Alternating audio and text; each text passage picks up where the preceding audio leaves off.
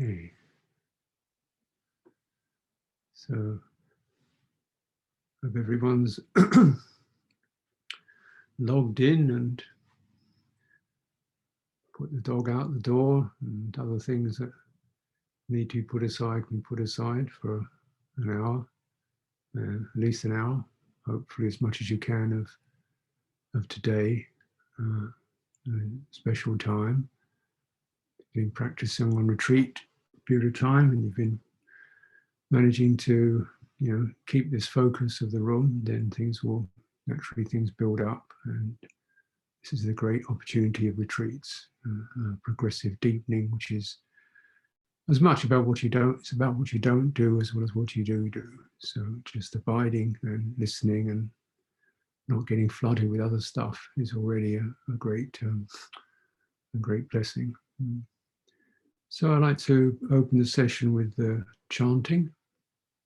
I'll do the salutation to the triple gem in English, and then I'll practice the divine abidings in English. So if you want to fumble around and get your sheets, your whatever they are, your script together, and then we can offer the puja. Page 2, I believe.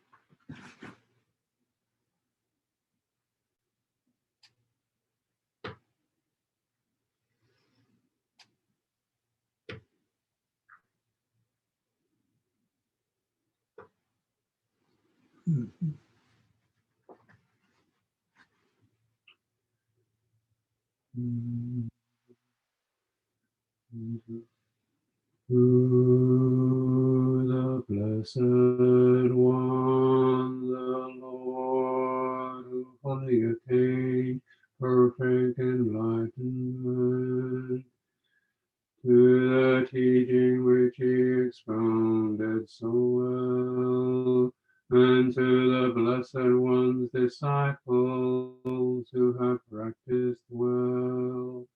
To these, the Buddha, the Dhamma, and the Sangha, we render with offerings our rightful homage.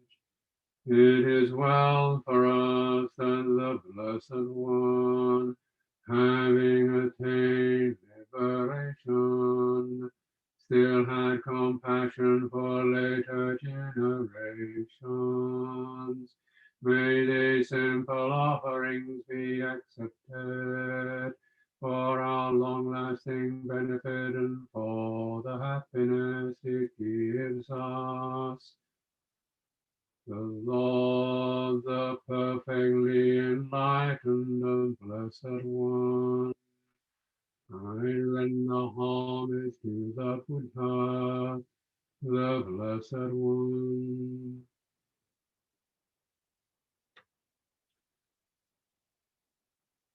The teaching so completely explained by him, I bow to the Dhamma.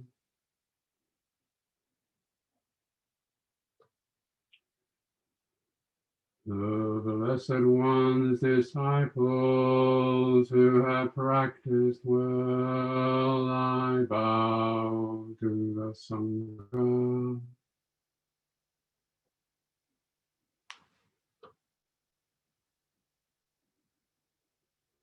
Now let us pay preliminary homage to the Buddha. Homage to the blessed, noble, and perfectly enlightened one.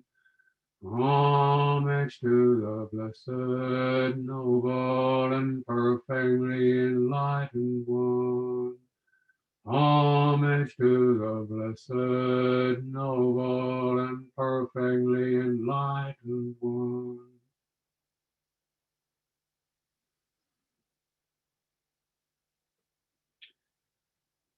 Now let us chant the recollection of the Buddha.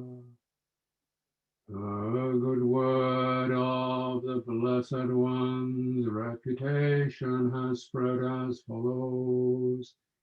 He, the Blessed One, is indeed the pure one, the perfectly enlightened one. He is impeccable in conduct and understanding, the accomplished one, the knower of the world. He trains perfectly those who wish to be trained. He is awake and holy.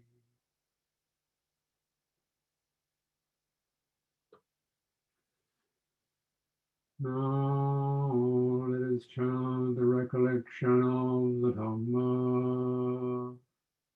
The Dhamma is well expounded by the Blessed One, apparent here and now, timeless, encouraging investigation, leading inwards, to be experienced individually by the wise.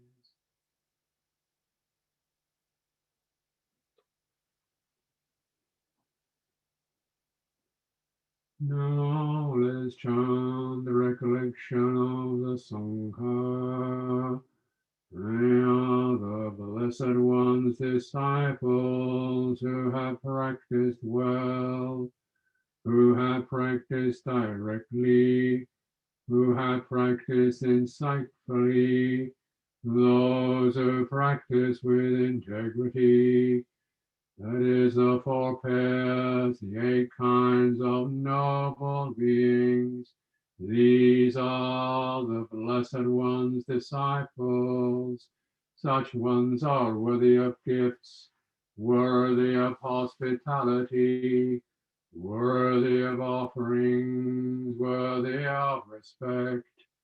They give occasion for incomparable goodness to arise in the world.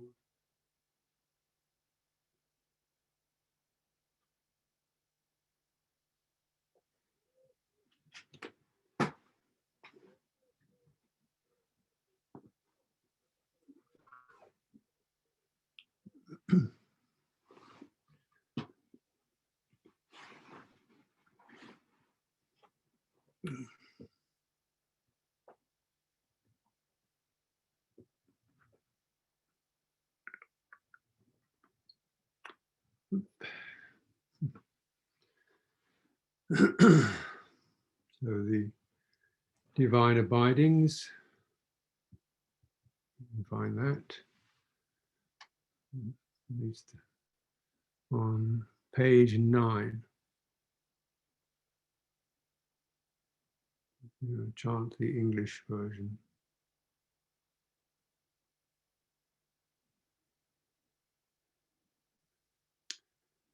All boundless, make the four boundless qualities shine forth.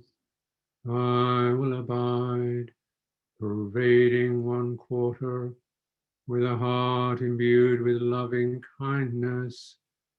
Likewise the second, likewise the third, likewise the fourth.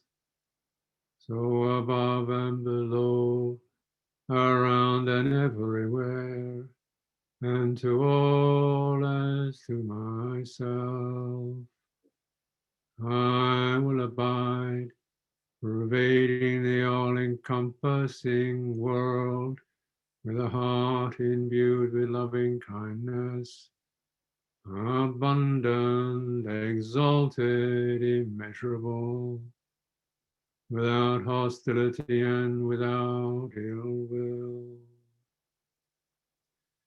I will abide, pervading 1/4, with a heart imbued with compassion.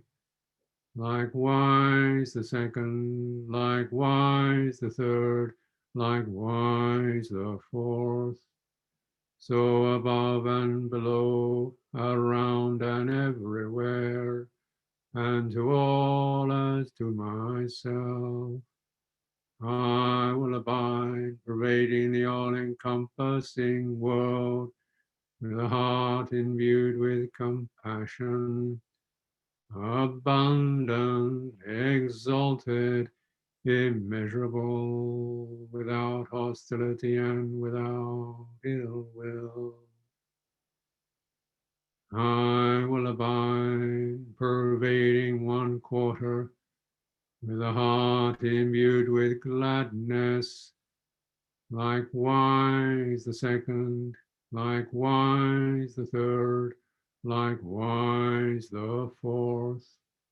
So above and below, around and everywhere, and to all as to myself, I will abide, pervading the all-encompassing world, with a heart imbued with gladness, abundant, exalted, immeasurable, without hostility and without ill will.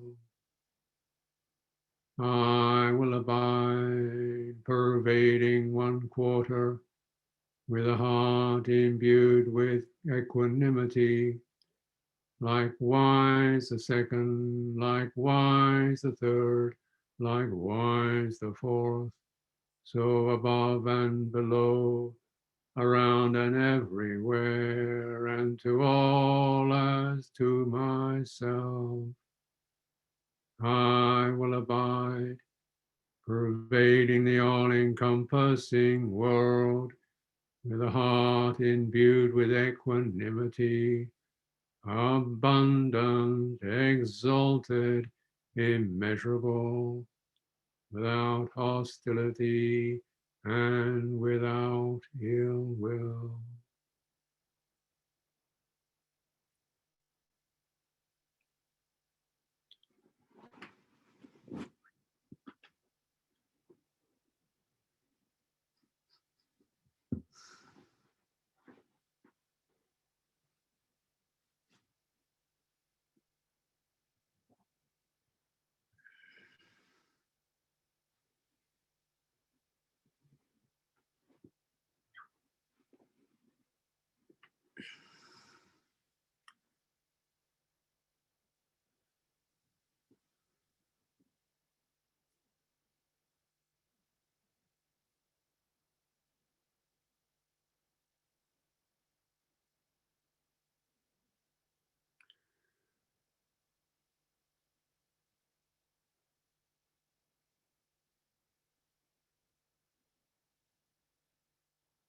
The time of puja is a time of heart, an occasion of checking in, finding the basis in the heart. Very important to find this basis, establish this platform, this basis, providing and for resources, for refreshment, for support, and to establish intention for how you engage with the sense world, with the world of sensory consciousness, with its flooding and convoluted effects. So, characteristically, the untrained person, well, not skilled, imagines they live in the sense world, and that's it. They are it. And when you see, sight is one thing, hearing is another thing, tasting is another thing, smelling is another thing, touch is another thing. They're completely different domains. Thinking is nothing like touching, nothing like seeing. And if you notice these different bases of sense consciousness, when you have that time to just really look at it, you see this is a collage, different fields of sense consciousness stitched together by the thinking, by the mind, by manas. So then, and placing its signals into the chitta. Colors, shapes, sounds, attractive, repugnant, and it's all encompassing, surrounding, flooding, apparently. And the messages are rather different. The visual consciousness, the message is distance, you're separate. Hearing consciousness, the message is you're surrounded.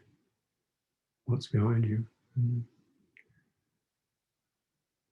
Smelling and tasting, stuff rushes into you. Can even poison you. Touch consciousness, something is really wrapped around you. No separation at all.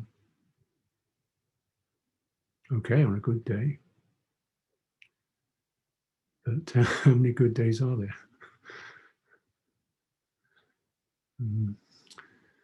So this is a confusing realm.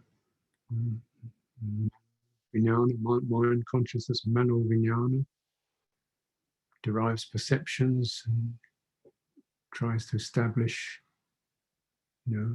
Chitta then gets this and tries to establish an intention to get through this, or to find stability in this, or to find well-being in this, or do something about this.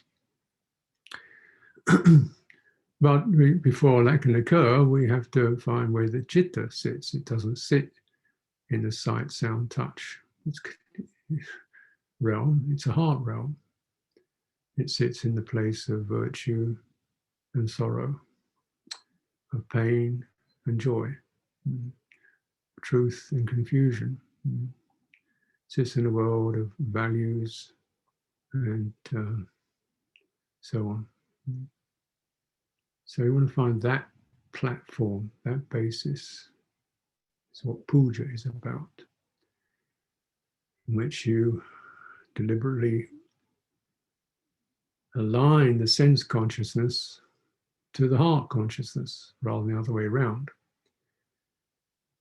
In your heart, you wish to take refuge.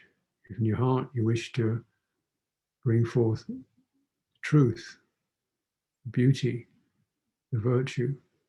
That's your heart consciousness. And then you shape the rest of them around that. You say, okay, well, I'm going to have a Buddha and an altar, and I make offerings of flowers and beauty, and I'm going to bring forth my good intentions, my bright intentions, my faith. And then you don't just think it, but you get your body and your breath and your voice to,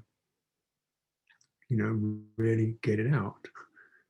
And then you can hear and listen, and particularly powerful when we have the occasion to meet together around this, when you have 10, 20, 30, 100 people meeting at this place, very powerful. helps to push back the flood of the sense world and put the chitta in the driver's seat. To clean it, remind it, get it to sit straight, get it upright, open, bring forth the right intention, not just sort of ricochet or random or getting by. So we establish the right proper platform.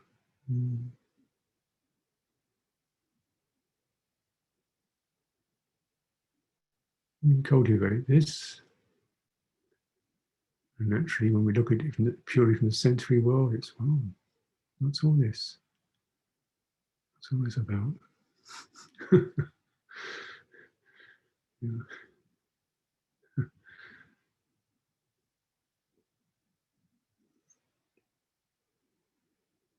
Mm.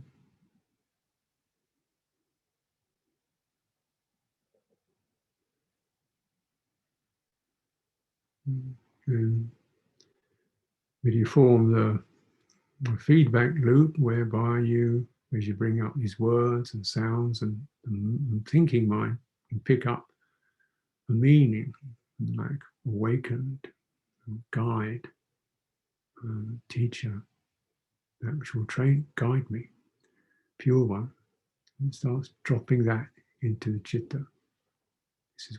This is where you get your support from, that sense of that Dhamma, directly accessible. Kaliko, not about time, not future past, not about time. Ihipasiko, encouraging you to investigate. Opanayiko, pertinent, relevant, leading straight back to the heart. Pachatang, directly knowable in one's intimate place. Chitta. Vididapo, to be seen, vinyuhi, by the wise, realized by the wise. One who looks straight into the chitta. And Sangha, those who practice directly, not just spouting the theories, putting their full embodied life into it, feeling it, tackling it, working on it. Insightfully, what's this about? What's the meaning of this? How does this work? You're not just blind, plugging away, but learning. How does this work? Integrity. How does this come into a balanced, it's not just in a me, there's a balanced quality to this practice. Appropriate. In accordance with capacities that I have, not the capacities I should have, according to, so the integrity. This is the value of this. So we put up that, establish that platform. And of course, these meanings can have subtler felt senses to them. These are just the words. We can also sense where do you feel your sense of safe, assured, authentic, eager to learn, getting to the point.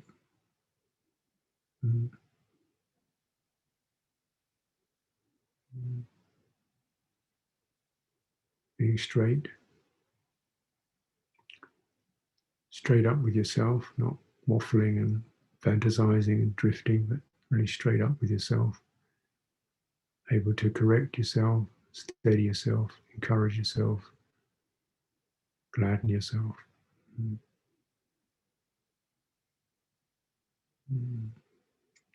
What particular felt senses arise for you. This is an imaginative realm, the realm of the heart.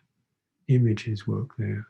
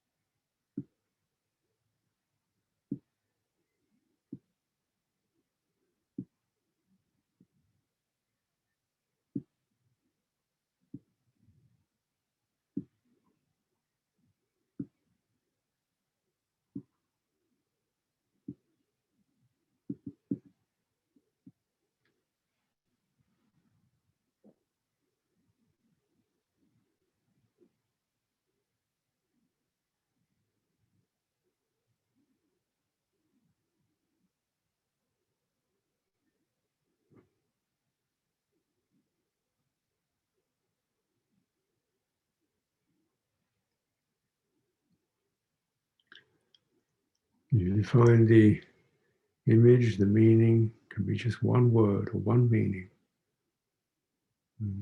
Each puja can present a different one or a familiar one. It doesn't have to be a lot. We just one. You get a sense of resonance, and you experience not just thoughts and pictures, but a real energy in the heart. Almost, so it's like a substance, an immaterial substance, like a wave, wave of resonance. It has a subtle bodily effect. Just as anger or grief have their bodily effects, so saddha, faith, has an effect. And it brings up virya, energy that it's a rising energy, suffusing, rising energy.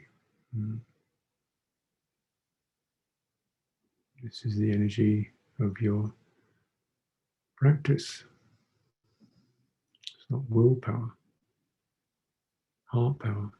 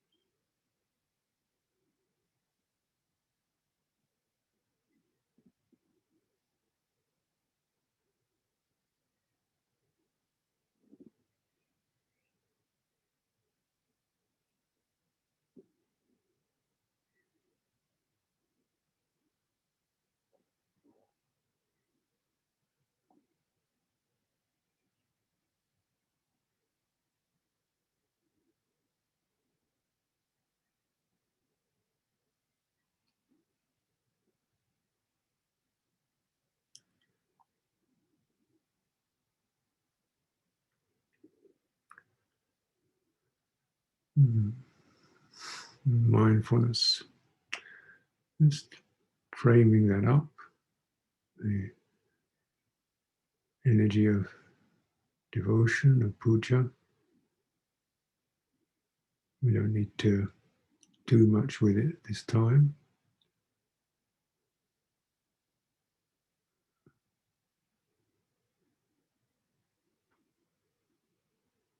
You can reflect on it, mindful of that, and deepen it, feeling it in the body.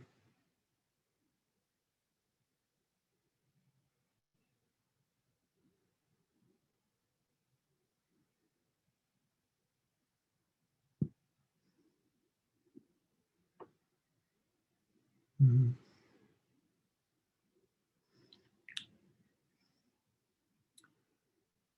Mm. So often we have, our bodies have been taken, taken from the heart, taken into the sense world and worked and used and so on. And worn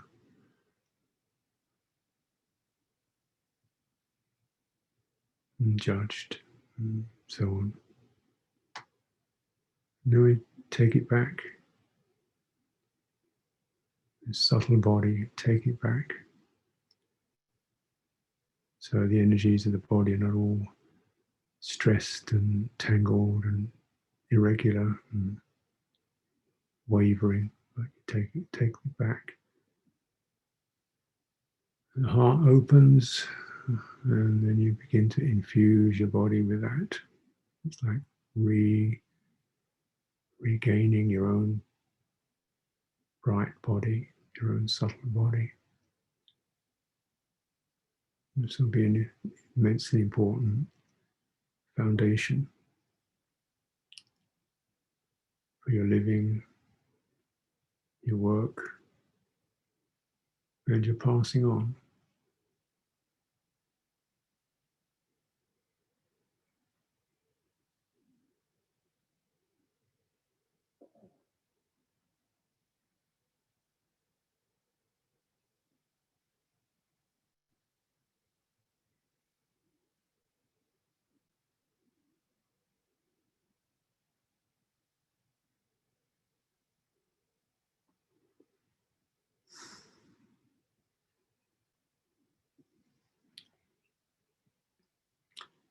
So that when sense contact touches, go into those somatic tangles.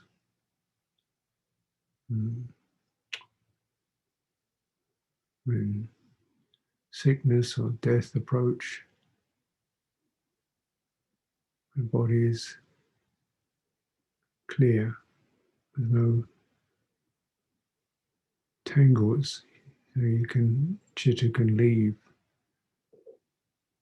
easily. When it's time to go.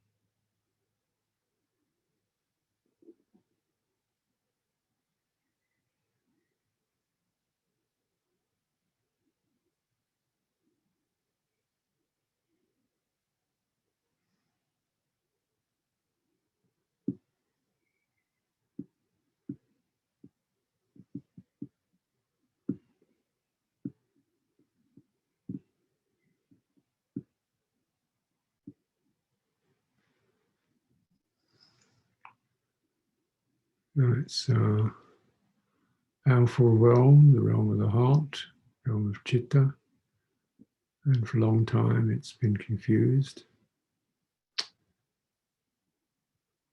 And really, all the habits of the sense realm, and it's trying to function the sense realm, those signals. Mm. So you just keep, returning. And the body here is a support because body and heart, body and chitta very much run together. Mm. Just using the posture, and even reciting phrases to yourself quietly. Mm. Moving attention to the heart region and gently resonating images and phrases. It's a weaning process to cross the floods. It's not done in one leap. Mm.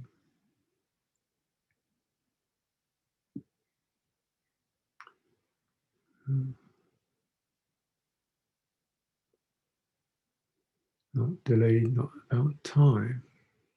So the habit can be how long or when it's going to finish or when do I get the payoff or when next or what. It's time stuff. And time is an expression of tension in your nervous system. Just calm, calm yourself. Relax the tension, the pressure. Feel gathered in by this. Feel held by this. This is the sound, the resonance that holds the heart together, has done so for thousands of years. The words may change. The resonance is virtue, truth, integrity, clarity, awakening, compassion. That's the landscape.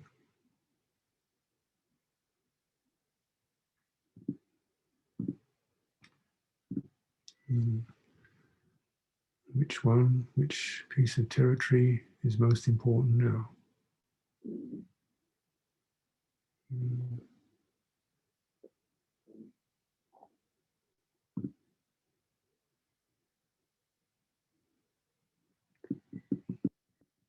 It's never a misty sense of what's next.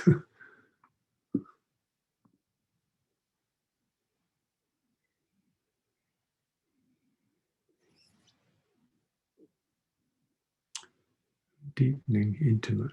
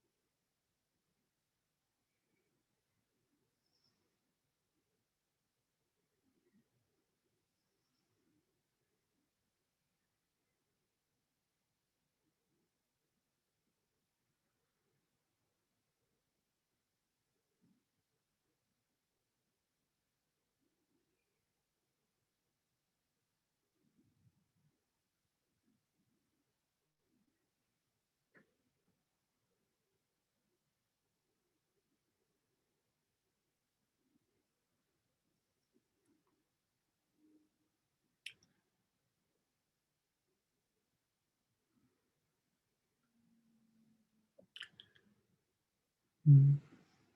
So if you can cultivate, particularly feel from the heart inspiration, keep returning to that until that occurs, nothing else happens. It's just ideas.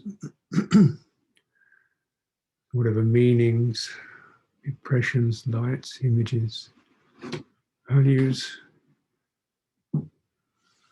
touch, safe, measureless, accomplished.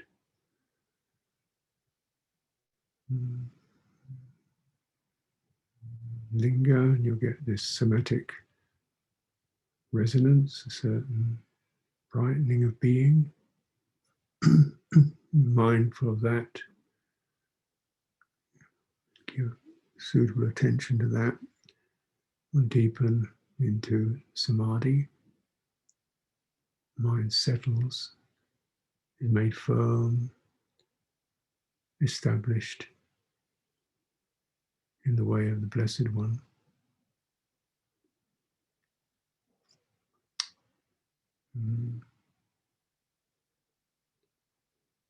And to have placed yourself in the Blessed One's tracks and dispensations in this lifetime is of huge merit and benefit. You don't go down. Chitta knows that. Mm. Mm.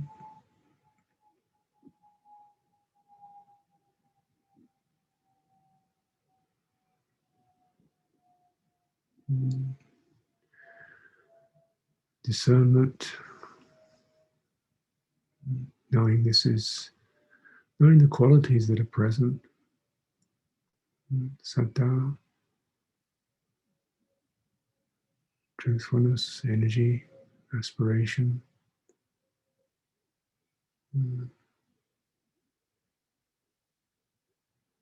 Timeless, it's not personal history.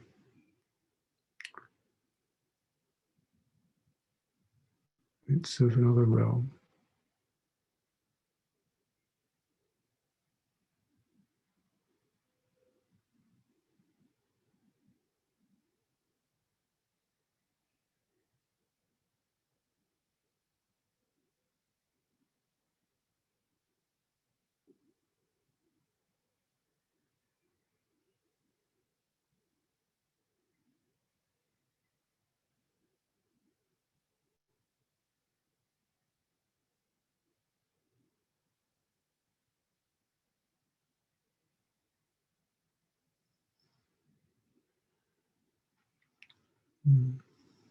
So as we complete the puja, it's allowing yourself to, return, rise, or move to the sense realm, reviewing this is body,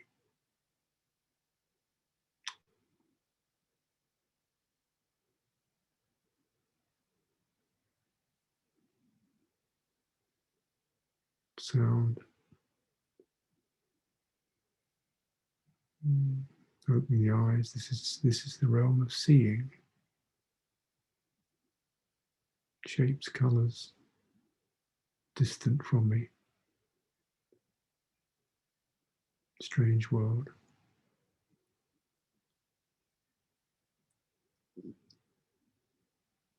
Look on with the eye of, sees it as empty, empty of self, empty of substance, with the eye of heart of compassion.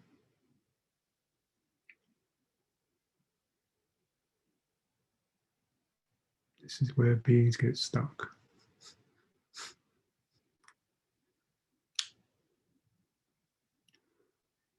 This is where beings get stuck in this.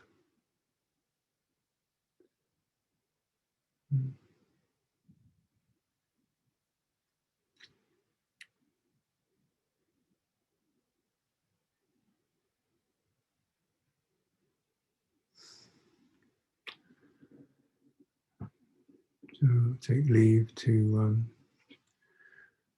draw the puja to a conclusion, paying homage to the triple gem, and giving some time to be quiet with yourself, with whatever is appropriate. And for those of you who are available, and I hope many of you can be, we'll meet again in about an hour's time. But we'll pay our respects to the triple gem.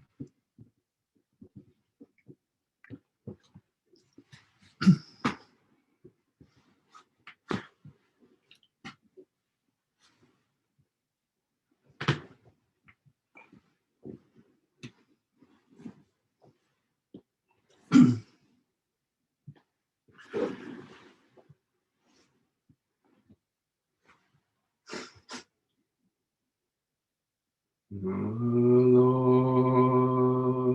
the perfectly enlightened and blessed one, I render homage to the Puja, the blessed one. The teaching so completely explained by him, I bow to the Dhamma.